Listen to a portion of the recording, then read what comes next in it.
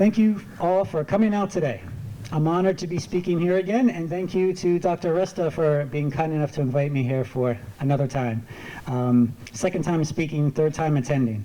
And I just want to say thank you to all the veterans in the audience too. You know, without you, none of us would be here today. So thank you.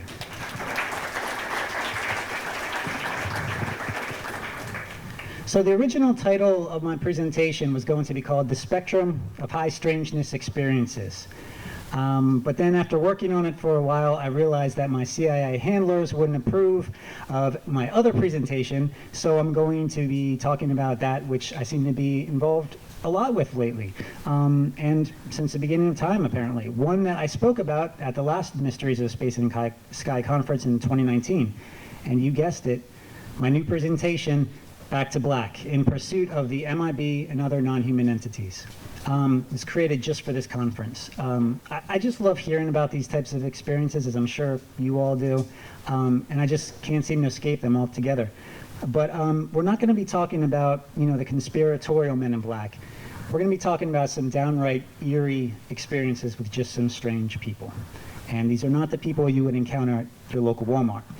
For those of you who don't know me, my name is Justin Bamforth. I'm an investigator, a researcher, and an author of The Unexplained, whatever you want to call it. Contrary to Dr. Resta, I am not a man in black, but I do write extensively about it. And some of you may have heard me on Coast to Coast or, you know, the plethora of other paranormal programs out there. But tonight, we're here together in one place, and it's awesome. You know, a lot has changed since the last Mysteries of Space and Sky conference. Perhaps the biggest one, though, is in how our government has finally come out and acknowledged that, yes, UFOs, or excuse me, UAP, really do exist.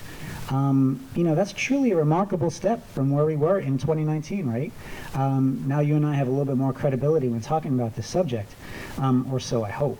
But there is still one thing I think we're a long way away from, and that's truly understanding the phenomenon and what it all means. The complete spectrum of high strangeness events and how they relate to one another. Or more importantly, how each one of these experiences shapes us and changes our way of thinking. Because I believe at the heart of the mystery is the experiencer themselves. Sometimes more so than the actual experience. And nestled in some of these experiences are, of course, the elusive men in black. And like I mentioned, you know, what I'm going to share with you today are some of these really eerie cases that I've been working on since after releasing my book, The Spectrum, back in 2018. And some of these cases I'm still looking into. I'm still in touch with the people and interviewing them because, you know, as you know, this mystery is like an onion, right? It's just, there's so many layers to it and depth to it that just like peeling an onion, you just want to like cry because it's just so complex and involved. But what I'm going to share with you, there are no clear-cut answers here, just more questions. But I hope that it presents at least some additional things for you to consider, some of which don't exactly fit the narrative or the classic stereotype of what we often wish the phenomenon would be. And keep in mind, there is a cost associated with looking into this stuff. It takes a toll on you mentally and sometimes physically. I had to take a break from this topic after writing The Spectrum. Strange things did occur, and it became rather unsettling, although sometimes rather ridiculous and outright comical, like this pair of dark sunglasses that appeared in my car one morning. I have no idea how they got there because they did not belong to me or anyone else that sat in my car. And I'm very particular about where I place things, and I'm extremely organized and aware of my surroundings. But these glasses, you know, they just showed up. How did they get there? Was it a calling card from the MIB, who are often known for wearing black, you know, eyewear? I reached out to my good friend and fellow investigator Mike Brown about it, and he was equally amused. Check out the text exchange we had just one day prior. Mike talked to me about the newest podcast episode he had been working on. His comment, "Hold on to your butts," prompted me to respond with this picture, which Mike's comment referenced in the movie Jurassic Park. And notice the sunglasses on Jeff Goldblum's character as he sits in a vehicle. Now Mike responds with Doctor, which, as you know in the movie, there are two male doctors. Dr. Ian Malcolm, played by Jeff Goldblum, and the main protagonist, Dr. Alan Grant, played by Sam Neill. Well, these shades on Dr. Malcolm look eerily similar to the ones that showed up as I sat in my vehicle the very next morning. Not to mention the Foster Grant insignia on the inside arm of the sunglasses. Is this proof positive of the MIB?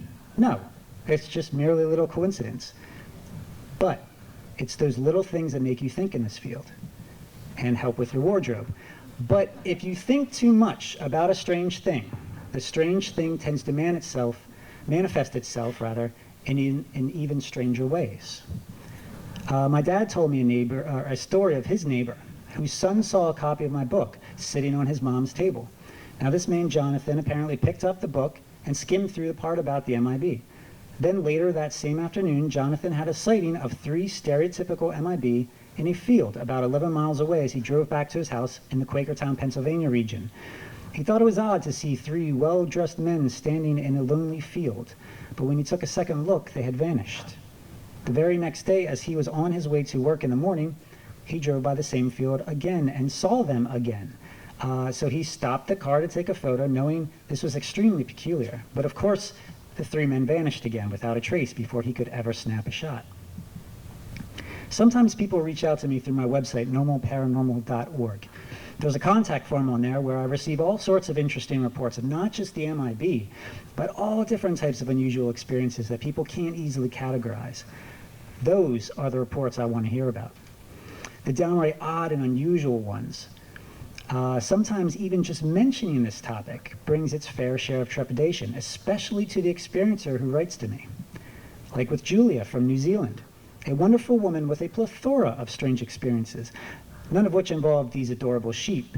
This is a photo she sent me recently. But some of Julia's experiences involve objects that disappear right in front of her eyes, only to reappear in other parts of her house. In fact, it happened so frequently that she began a logbook of it, which to me is very helpful, because it allows me to better identify patterns and see possible connections based on things like time of day, state of mind, or other factors that could contribute to these phenomena taking place. This is a picture of Julia's kitchen. Now, she too is very particular, and she has to be. You see, these things happen so frequently that she has to be extremely mindful of where everything is and keep track of every little thing just to make sure that she is not losing her mind. Towards the bottom of the photo here is her black lid sugar jar that went missing for 3 days, then reappeared in the same spot. On the sink, you can see a pair of purple rubber gloves. That's where they always live, she says. Well, another time, those purple gloves disappeared and then reappeared moments later. Behind the sink is the hand soap that also momentarily disappeared, then reappeared while she stood at the sink. Those are just a couple, but here's a better example of what she used to deal with on a regular basis. One day, as she's preparing breakfast, right here in this kitchen, she's making some toast with marmalade and coffee. And she puts the coffee in the microwave to heat it up. Now the microwave goes off, does its beeping thing, say it's done. And she recalls placing the toast down to attend to the microwave. And she distinctly remembers saying to herself, quote, "The toast is beside the toaster," end quote. She told me that she remembers being stressed in this moment, for if she put the toast down, she wouldn't remember where it was later. So as she places the toast down, opens the door to get the coffee from the microwave, she turns back around and lo and behold, the toast is gone. It is now on the opposite side of the kitchen to the place where she was going to go next with her drink. Now, let's stop there. This is significant because of 3 things. 1, the stress factor, which I believe plays an integral part in a lot of these experiences, and I think it's overlooked. And 2, this takes place in an instant as her back is turned. And 3, the toast is in the direction of where she was about to go next. Now, she told me, without that strong mental note, she couldn't have been certain that the toast actually moved to the coffee area as opposed to her just being forgetful about its placement. This reminds me of what Colonel John Alexander once alluded to, this being a precognitive sentient phenomenon, meaning it is always a step ahead of us because it knows what we are going to do even before we are going to do it. And herein lies the real power of the trickster element. Now, Julia's case is an extraordinary one with many different components, from the paranormal to UFOs, so much more. But one aspect does tend to stand out to me, like I mentioned earlier, which is stress. Like so many others I've interviewed, it would seem that stress is one of these elements that plays a part in high strangeness events. And what happened to Julia right after she reached out to me certainly didn't help with her stress levels. You see, a few days after initially contacting me through my website, she described this event. one with her son and a pair of odd individuals at a nearby park who exhibited classic MIB tendencies. Now, these strange people encounters, I tend to put in the same bucket as the MIB, even though they don't necessarily don all black or look like the classic ones we're all accustomed to. But Julie and her son, they're out walking their dog, and her son is deeply troubled with something. So, Julie is trying to calm him down, reassure him everything will be okay, when they see these two young women jogging very, very slowly. And each time Julia and her son stop, these two women stop. When they start moving again, the two women start moving again, almost mirroring them. It's a little peculiar, and Julia told me that these two women stood unusually close together while jogging.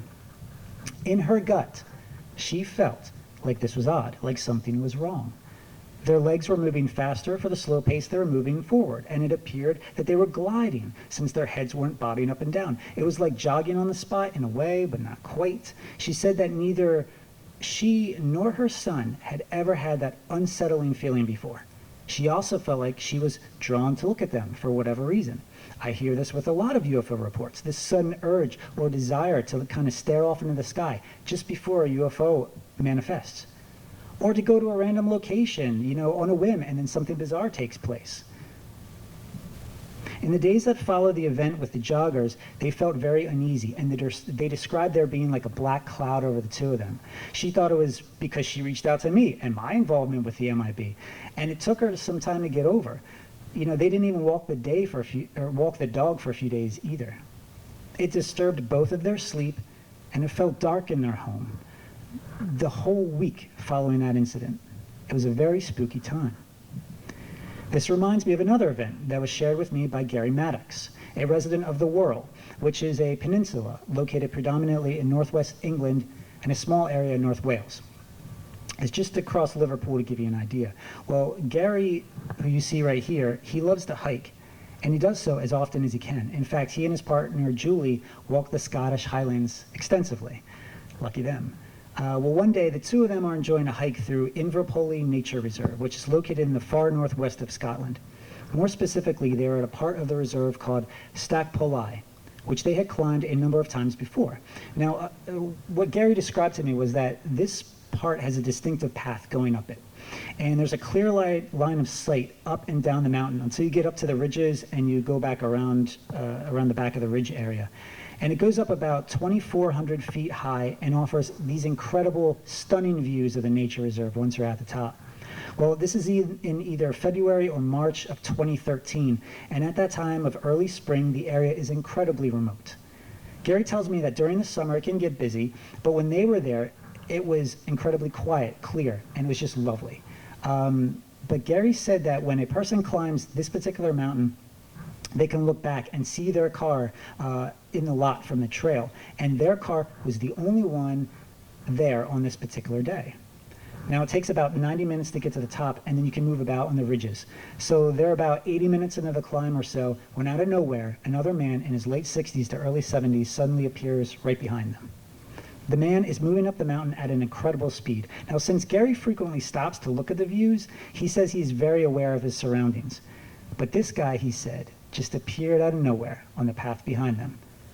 Being a semi-professional footballer in the past and in excellent shape at that time, Gary said he used to run up mountains as part of his training. So the first thing that startled him was this other man's speed and how he didn't show any signs of exhaustion or being out of breath.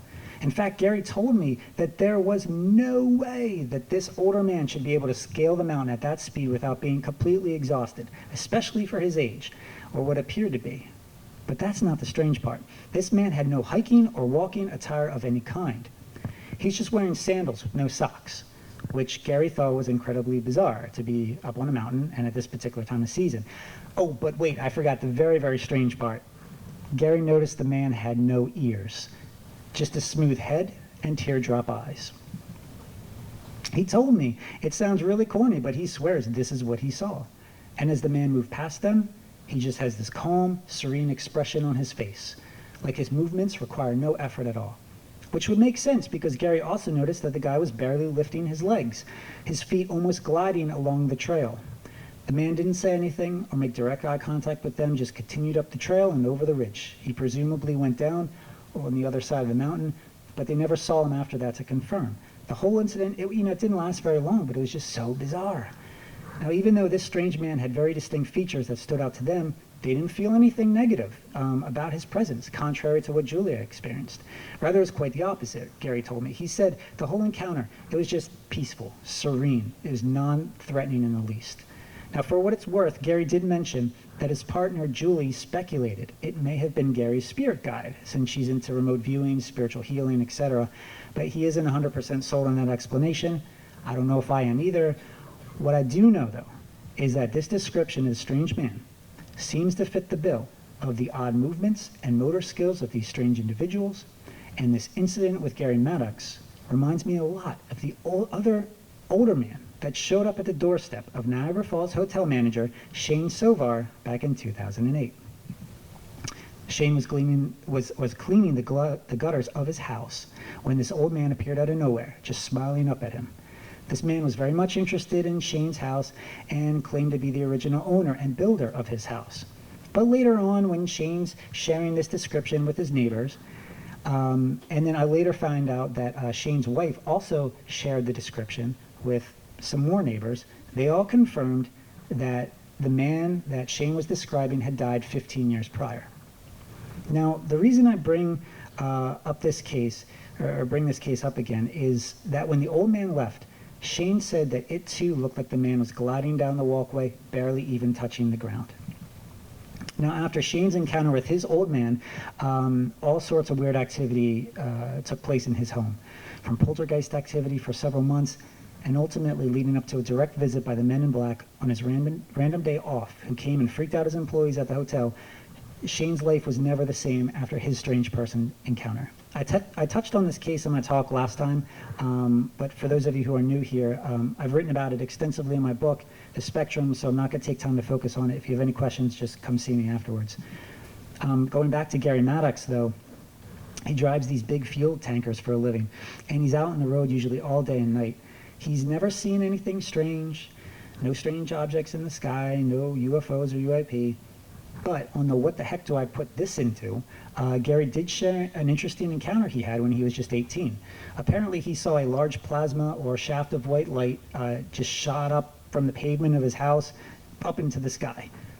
He also had a very interesting doppelganger experience, which is one aspect that I think holds a connection with all these strange people encounters. When Gary was 11 and in primary school, he and his schoolmates went to a school-sanctioned camp run by the municipal authorities in the countryside of Tintwistle, Derbyshire. Now, Gary was just out exploring the area there by Woodhead Pass along the edge of the field when he swears that he saw his father, his mother, and one of his brothers there in the family camper van. You know, he's not thinking anything odd at the time. He's like, oh, it's my family. So he runs toward them to greet them, but they just drive off. And later on, he's asking his father, why'd you drive off when I was approaching you? And his dad said, that wasn't them. We were never there. Now, Gary knows it was the family because the van had a very distinct look to it because they had hand-painted it different blues with Coach paint. Now, again, I don't know if there's any significance to this account, but you would not believe how many extraordinary doppelganger reports I receive from witnesses to these strange people encounters. That's why I ask the question nowadays, because you just never know. Another eerie experience with strange people centers around Nevada resident Bob McCauley and a busload of high strangeness at Cornerstone Park in Nevada. The park was an ideal spot for this mobile game that he frequently played at the time, Pokemon Go. I'm sure a lot of you are familiar with it. On December 5th, 2018 at approximately 10 a.m., Bob is driving through the parking lot of the park en route to play his game when he took note of what he described as a brand spanking new white bus that had been parked in the middle of the lot. Now, this vehicle was an oversized travel bus with blacked out windows and no markings on it. About 20 to 25 young men, late teens, early 20s, they got off the bus in a rather sluggish manner, as he described. Every single one of them was wearing a backpack and was casually dressed. A few had what appeared to be a notebook or a laptop in their hands. First thought I'm thinking is, okay, this is just a school event with tired students, what have you. But Bob parked his car at the end of the lot about 50 yards or so from the bus. And then he walked another 10 yards further away from the bus to continue his mobile game. And as he glanced back to the men, he noticed them just milling about in a small area of concrete where the bus remained with its door open. And, you know, they were just talking with one another, at least from Bob's perspective. In the opposite direction were 4 park maintenance workers. But Bob tells me they weren't the usual Henderson, Nevada Parks and Recreation crew that Bob was accustomed to seeing. He said these workers wore nondescript, plain, drab work clothes, boots, and orange hard hats, and they were supported by 2 olive green utility trucks, which didn't have the usual Henderson, Nevada logo on it. Instead, he observed this different emblem on it. And he thinks it may have read Forestry Service in black bold letters, but he admits that wouldn't have made much sense considering that they are in the desert. But again, he's not looking for high strangeness. He's just playing his game, right? So he's not going to fixate much on this. He's just continuing. And then in a few short moments, the bus passes Bob on its way out of the park. There's no more people on board the bus. At this point, he looked up to see that there weren't any license plates on this bus, neither on the front or the back, which at that point he thought was rather odd. But then when he noticed where the men were, he noticed that the men were now all lined up in single file formation, one directly in front of one another. But they were lined up so close that it appeared like they were touching or almost touching. And, you know, it's a strange visual sight, but, you know, okay. 2 of the maintenance workers with the Forestry Service approached Bob. One of the maintenance workers kept an eye on the men from the bus, while the other, a young female about 21 years of age, started to initiate a conversation with Bob as she approached him. And at first Bob thought, all right, the woman's just being friendly, right? But her conversation quickly became more direct questioning. What are you doing here? Where do you live? Where do you work? And Bob just answers them instinctively while glancing behind him at the lined up men. And he eventually remarked to her, he said, you know, don't you think this is odd, you know, what's happening here? And the woman briefly acknowledged that seeing those men lined up so close together was a little unusual, but she didn't seem too interested. She was more interested in keeping Bob's attention on her, almost like a distraction. At least that's what he thought. Bob looked back again and at the men, and the young woman suddenly, out of the blue, asked for Bob's phone number. Now, for Bob, this comes quite unexpectedly because, you know, she's in her early 20s and he's, you know, 65, which, you know, there's nothing wrong with that. But, you know, for him it was a little shocking. And he's like, why would she ever want my number, he thought. And as the woman kept her gaze on him, the request, you know, again, it immediately diverted his attention from the lined up men. And then in that moment, Bob thinks something's not right here. And so Bob responded with, I don't think that would be a good idea. And as Bob immediately turned back around to the lined up men, they're all gone. They completely vanish. And he's like, you know, where'd they all go? You know, as he stood there in disbelief. No other vehicles or buses could have taken them, since anything would have had to pass by Bob first, since he was at the far end of the lot. And since the bus that they had gotten off of already, it already left, who would have retrieved them? And how on earth could they have done it so quickly? So Bob turns back around to ask the young woman, and she and her maintenance workers, they're already in their utility trucks, and they're fleeing the area. And now he says, given that they were at least 50 yards from their trucks just a few seconds ago, he couldn't believe what had just taken place. It would seem like everyone had just suddenly hightailed it out of there for whatever reason. So Bob's like, what the heck? He's standing there by himself. He gets in his car, he drives around the park, he's looking for any sign of you know, the men or anyone else for that matter. He didn't find a single vehicle there, nor anyone else to be found. Now, Bob has told this story just to a few people for obvious reasons, right? One of them was his coworker, Tom. Much to Bob's surprise, when Tom said that a similar thing happened to Tom's friend 2 years prior, but in a Colorado park. Only instead of 2 maintenance workers, there was just a solitary man in his late 50s to early 60s asking these personal questions and wearing, you know, fine old clothes, as it was described. And again, in an attempt to distract this, you know, Tom's friend from glancing back at the people lined up in single file, you know, he's taken off guard, and then he looks over and those single file men are all gone, and he looks back at the old man he's talking with, he's gone. It was like the exact same event, but 2 years prior to Bob's incident.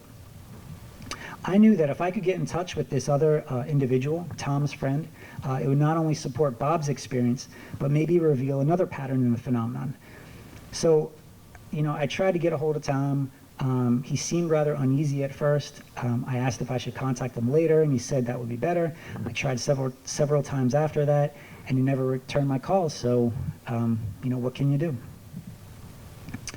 2 weeks, 2 weeks prior to Bob and I talking about his encounter at Cornerstone Park, he met another woman there who had just moved into the complex right across from the park. And this woman mentioned seeing strange floating balls of lights the size of basketballs in the park late one night from her apartment window. These lights would split up, then they would come back together, they would take off into the sky. Was she merely half awake or, just seeing a hallucination? Well, whatever she witnessed also cast a reflection on the water below. Now, Bob has never witnessed anything to that extent, although he has seen a cloaked aircraft out in Chicago that looks something like the movie Predator. With that shimmering type of effect, which is also common in some of these UFO reports. But this aspect of parks is another common thread with these strange people encounters. I have several reports of these encounters taking place in these parks, and it leads me to wonder if there's some sort of connection. It makes me wonder if maybe there's a connection to David Paulides' research, with his Missing 411 books. I don't know, but if you're listening out there, David, you can contact me and we can chat about it. Oftentimes, though, people aren't even aware that they had an encounter with an MIB until after the fact. So I asked them to think back to any bizarre interactions they may have had with peculiar people that just stood out as unusual. That's why I've started to drop this whole MIB moniker and just go with strange people encounters instead. And one of these involves Tammy from Pasadena, Texas, who had a set of extraordinary experiences with not just one, but two close encounters involving glowing balls of light that affected her both mentally and physically.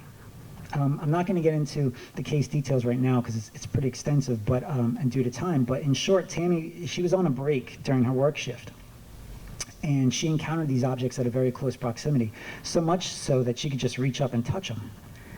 And this resulted in a possible missing time episode.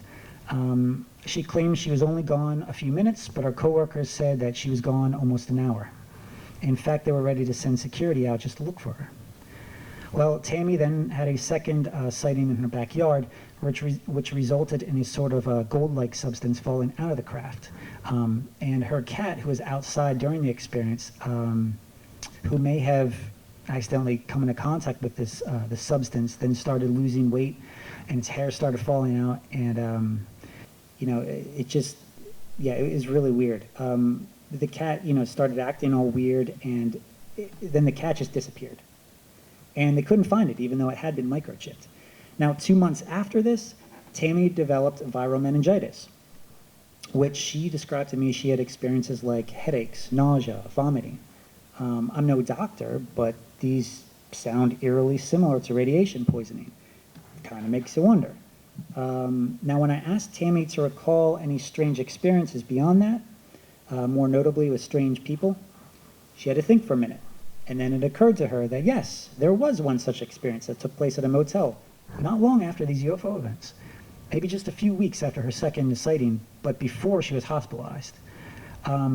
She and her daughter and her son-in-law had taken a trip to Corpus Christi, and they stopped off at either a hotel or motel for the night, and she remembers it being very late when they got there and checked in, and once they got settled in, it was about midnight or so, or 1 in the morning. No one else was around. Well, Tammy decides to walk to the motel office to find out what time breakfast will be served in the morning.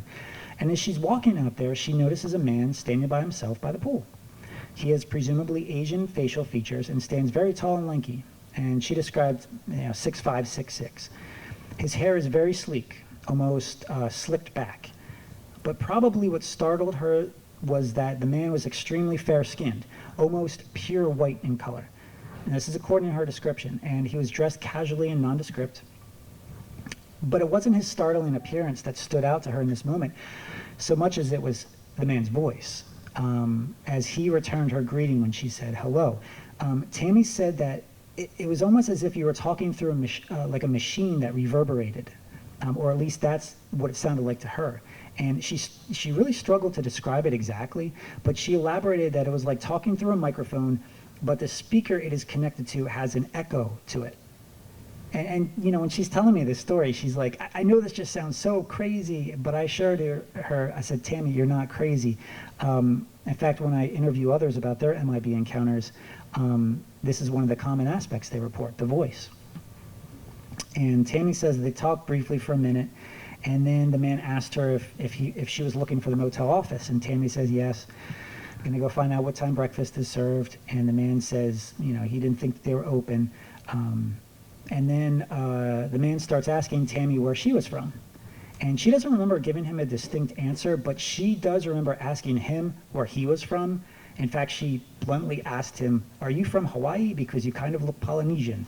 And the man said, "No, but I am an islander." That's all that she recalls talking to him about. And then she goes into the motel office, and when she returns, the man's gone. And she immediately tells her son-in-law back at the motel room, she says, you know, I just met the strangest guy. He looked weird, but he sounded weirder.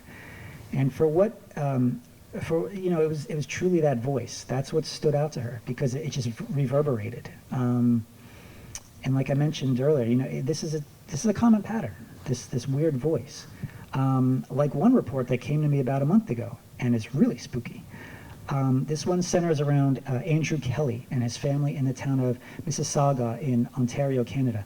It's about an hour away from Niagara Falls, and Andrew and his father were outside their home on a clear night watching the meteor shower in the August sky. This is around 1993 or so. And you know, Andrew was in his early 20s, and he had, like, you know, an 8mm camcorder plugged into an outlet inside the house. I think it was the kitchen. And, you know, just to provide that steady stream of power. So the camera's outside, and as they're looking up, they see this odd set of 4 whitish-bluish lights, oval-shaped in a diagonal formation, moving together from one end of the sky to the other end.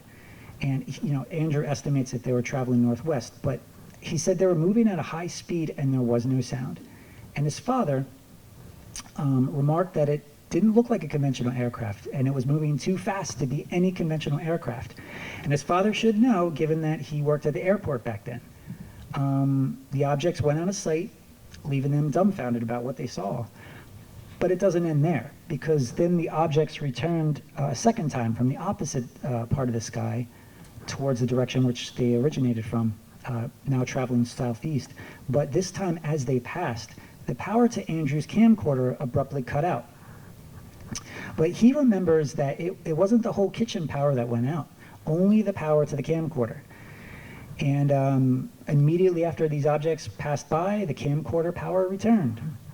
So now this event has left the family puzzled, and they went to the house, watched the video that they had captured. Nothing else happened that day, or that evening, until the very next day. Andrew is on his way to the Deer Run shopping center about mid-afternoon. It's before rush hour. He's minding his own business. You know, it's a shopping mall. It's still there today if you're in that area. But to get there from his house, he had to go past the Arundel GO train station on the corner.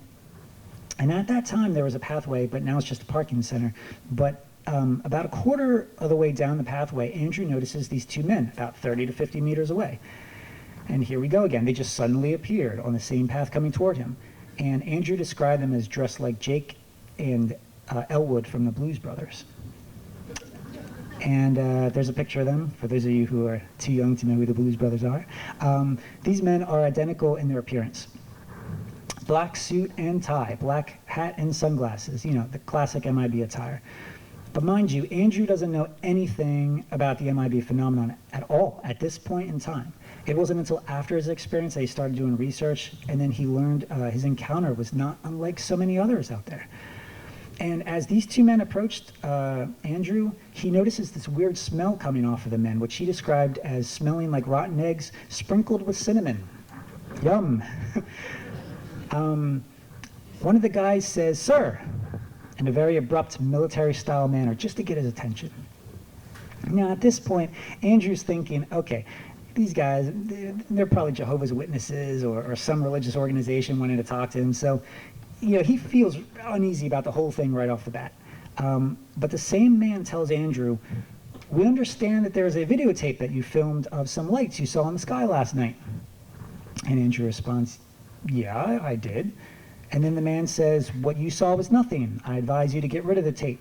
If you don't get rid of the tape, there will be some serious consequences." At this point, Andrew is just wondering how the heck did they know so much? He looked at the second guy who just kept his gaze fixed upon the first guy. You know, the second guy doesn't say anything. He's just occasionally glancing at Andrew every now and again. And Andrew told me that this second guy, he reminded him of how, you know, if somebody starts a new job, they're just like kind of shadowing that person. They're not saying much. They're just following him around. That's what it reminded him of. You know, but again, I've heard that in other reports too. So Andrew asks, how do you know about all this? And the first man responds, it's none of your concern. Just get rid of it if you know it's good for you. And that's that. The men continued on their way, leaving Andrew quite confused, intimidated, and annoyed. Andrew thought about reporting this to the local police, and he didn't. Instead, he decides to follow the men from a safe distance to find out, you know, where are these guys going? Where'd they come from? The two men continue on towards the train station. They enter a hallway, go around a corner, and big surprise, they disappear. Andrew searched the platform and the immediate vicinity, and he didn't see them anywhere. So he's like, you know, where'd they go? So Andrew goes back home. He tells his mother about the incident. And, you know, I asked Andrew, I said, you know, can you describe their appearance more to me? And he goes on saying, you know, they had an Asian appearance, but they looked very, very pale white in their complexion. Their noses were also very small. It didn't even look like human noses to him. He said they didn't have human lips either. It was more like a slit. And he describes it as like putting your coins in a coin machine. That's what the mouth looked like. But what I find extremely fascinating is how Andrew described the man's voice as being out of sync. He told me that when the man spoke, what Andrew was hearing was not lining up with the movement of the man's lips. It was slightly delayed. And another way to describe it, he said it was like a poorly overdubbed foreign film where the English voiceover doesn't line up with, you know, the foreign actor's lips. That's what it reminded him of. But there's another aspect in the voice that was quite interesting too. Just like Tammy from Texas, Andrew from Canada struggled to accurately convey the sound of the voice tone to me. But Andrew described it as almost like an underwater, rusty, metallic type of voice. He said it was like if you're underwater and, you know, in like a swimming pool and you hear like that ladder moving under the water, that's what it sounded like that audible metallic, you know, ee-oo sound. To be quite honest, I really struggle with trying to grasp this concept, but he stuck with it. And, you know, I just put it in there because I still find it incredibly fascinating.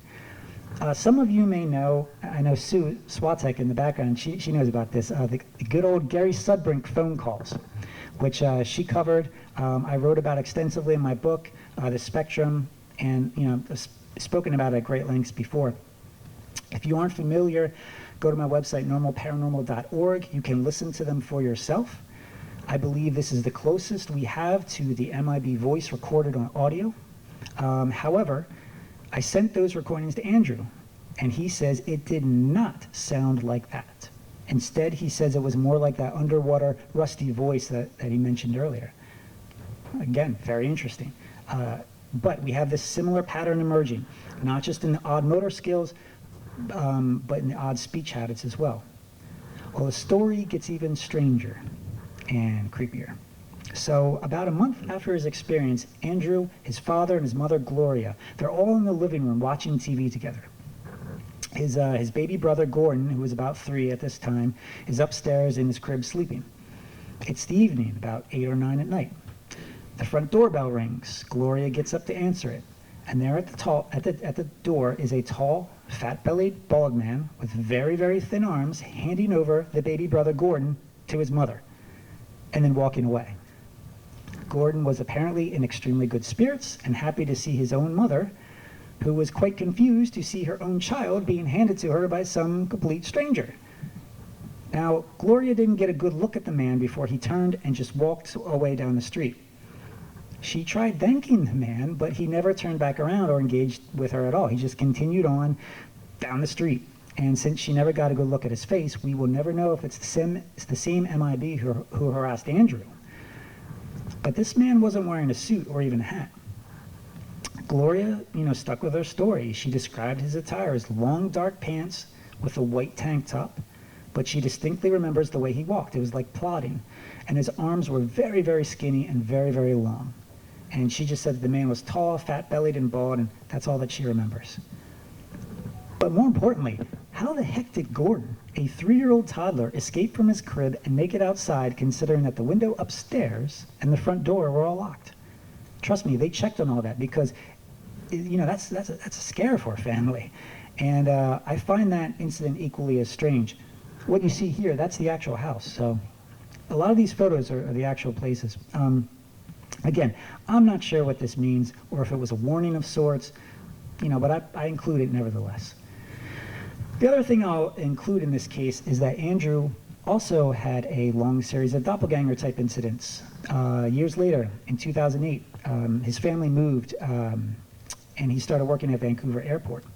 He said that throughout his time working there, several people would approach him and call him Trevor, like, "Hey Trevor, I didn't know you were working today," or "Hey Trevor, why aren't you at work?" But he would respond, I am? Then the people would realize, hey, this isn't Trevor. And he said this lasted for a couple of years, from 2008 to 2010, until one day Andrew was outside loading and unloading baggage at the airport, and he sees this guy in this bulldozer type of tractor outside the airport, where the buses and taxis are. And this guy looks exactly like Andrew. In other words, Andrew saw his doppelganger. He did not die, contrary to, popular folklore, but he just thought it was peculiar. And to see that here's his doppelganger working at the same airport, but he never engaged with that guy, which, I wish he did, and then he later left the area for Alberta in 2012.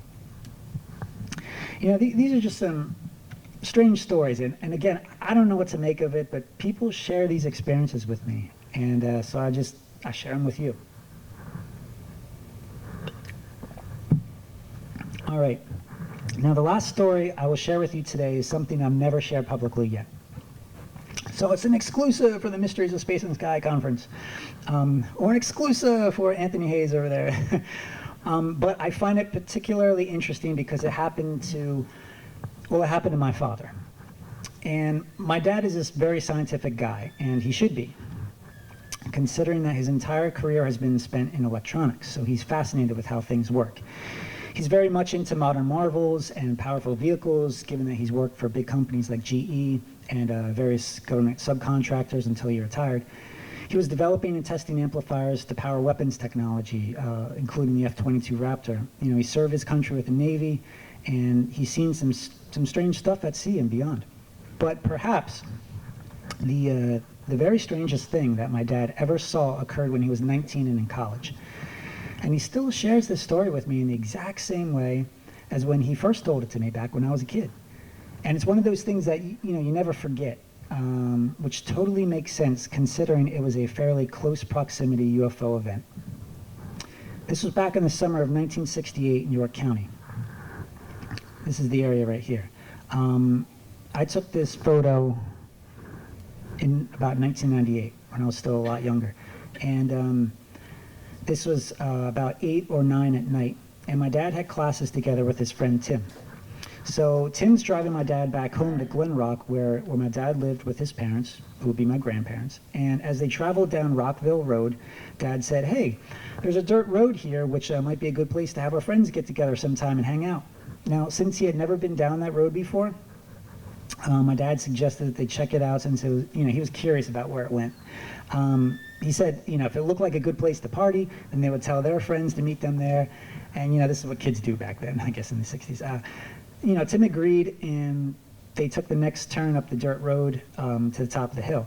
Now, they're sitting at the top of this hill in their car, discussing things. And my dad notices these 2 lights coming up the hill towards them. The lights are extremely bright, one orange and one white. And my dad can see the silhouette of a cigar-shaped object in between the lights. And the object is very large, and it's moving very slowly up the hill. So he said to Tim, "Holy bleep, look at this," and he rolled down the passenger side window. Then he notices this thing rising in the sky, and there's no sound. At this point, my dad said it was dead quiet outside, and he didn't hear any crickets or summer bugs or anything. It was just completely silent. Now, some of you may know about the Oz effect. You know that this is common with some UFO reports and even MIB reports, this absence of all sound, including background ambient noises. And when he told Tim that, the adrenaline starts flowing through both of their bodies. Tim tried to turn around to get out of the area as soon as he could. He didn't want anything to do with this. Meanwhile, the object came down off the hill and started going up over the woods and then down into the woods. And my dad says the object went behind the trees and disappeared. But by that time, the two of them were driving down the dirt road as fast as they could because they were just scared. My dad said, quote, "It was a feeling of curiosity and fear all in one. It was one of the scariest moments of my life," end quote. According to him, what caused the fear was when he rolled down the window and he didn't hear anything. And he's just seeing this object, you know, rise over the hill and then go over the trees. And at first, Dad thinks, you know, it's a helicopter, but it was completely silent, so that's impossible. And since it was dark out and the lights were so bright, you couldn't see what the object really looked like, except for this cigar-shaped silhouette, which the lights, you know, illuminated on both sides of the object. And he said that the lights were very bright but consistently lit, no pulsating, and it just moved very, very slowly. And my dad said he got the impression that it was going to land in the woods because it was hovering so low as it came up the hill and went, you know, over the woods. It barely even cleared the tops of the trees by no more than 10 to 20 feet. And he wasn't, you know, he was sure that the object landed in the woods. And if the two of them hadn't been scared at the time, he says he would have went right back there and, you know, investigate. Instead, they went on, you know, or they went back later on looking for trace evidence with friends of theirs to see if the object had in fact landed in the woods. And my dad said he felt strange because, you know, when he went back there, he was expecting something to happen, right? You know, he's amped up. He thought something strange was going to happen. Nothing. They didn't find any trace evidence. And he was puzzled because he's like, I was sure this object went in there. But since there was no evidence, he thought, okay, well, I guess it didn't land there. Here's another panoramic view of the area with the three photos stitched together so you can, you know, kind of get a better idea of where the location was and where this object presumably landed. Well, this is the original newspaper clipping that was printed in the Sunday News on August 4th, 1968. And sure enough, there was my dad's story, along with his friend Tim, and the caption, "Back again? UFOs sighted in 2 areas of York County." The newspaper article goes on to say, at least 7 people from 2 different sections of York County have reported seeing 1 or more unidentified flying objects in the past 2 weeks, according to information supplied to the Sunday News. The people called the objects that they saw flying saucers. And the article said that my dad's encounter was reported a week ago, Thursday, which would have been Thursday, July 25th, 1968. It goes on to say then, Tim Berwager from New Freedom and a friend, Kent Bamforth from Glen Rock, sighted a UFO hovering over some woods just off Route 216 near Faust's Distillery. They watched the object for several minutes and decided to turn off Route 216 onto a dirt road and try to get closer to the object. The article mentions, as they drove within a few hundred yards of the hovering saucer, they were able to observe that it was swinging back and forth over the small stand of trees. It had orange and white lights on its sides and appeared to be about 50 feet in diameter. They continued to watch the object and became almost hypnotized by its movements. They said they were unable to get out of the car, and they felt that they were fortunate in that respect because suddenly the craft started moving in their direction. Now, why did this story make it into the news? Well, his friend Tim was a part-time reporter for the Sunday News. And, you know, my dad knew the editor, and, you know, he was in the newspaper office, you know, frequently just hanging out with Tim. And, you know, because of Tim's position at the paper, he told his boss about this UFO sighting and what they saw that night, and the paper decided to print the story. Before this moment, Dad was neutral on the subject of UFOs. He never gave it much thought. You know, he said occasionally, you'd hear talk of UFOs in passing, but you didn't really hear about it that often unless you read about it in the newspaper or saw an article somewhere, which according to him was extremely rare, at least for his town. But after this experience, he gave the subject more thought going forward.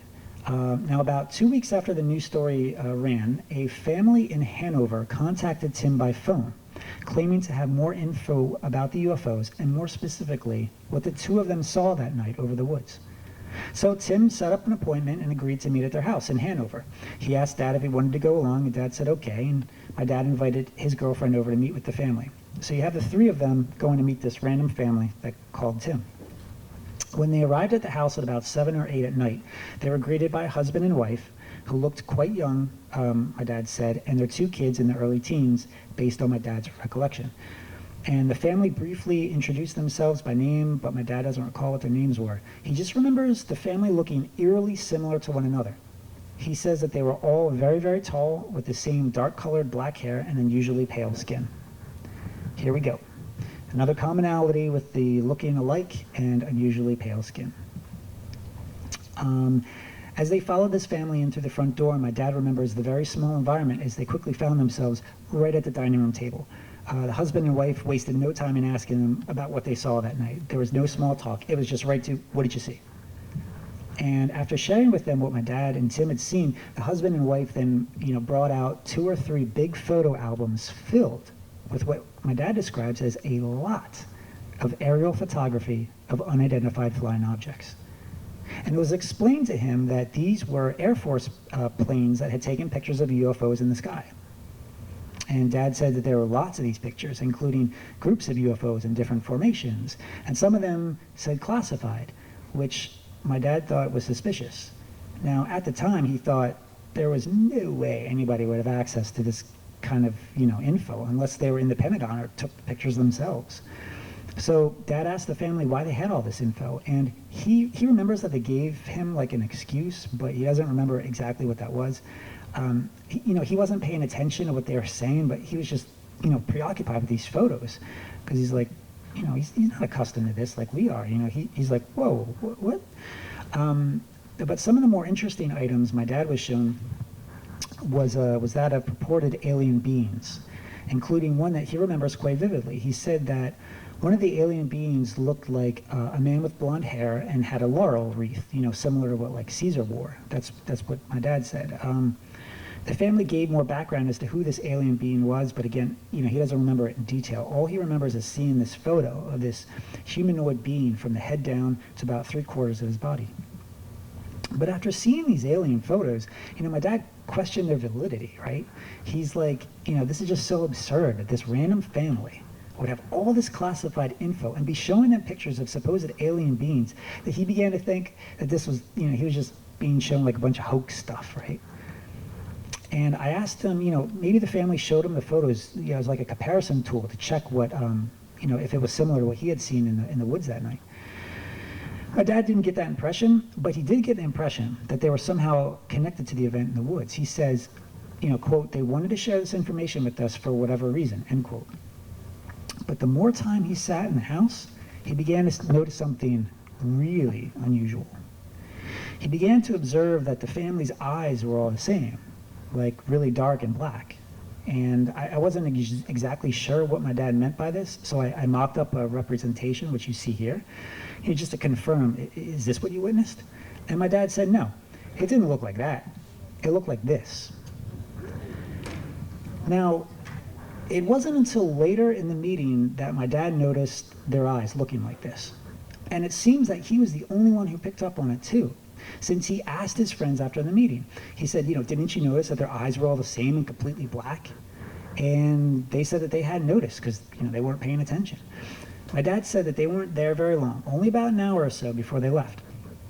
But as they were leaving, the family suggested that if they wanted to meet again and discuss this more or in greater detail, they could. Tim said that they would be in touch, but Dad told him he wasn't interested in going back because of this. Made him feel very uncomfortable. Now, he says that there is a chance that Tim may have gone to see this family again, but he never discussed it with them.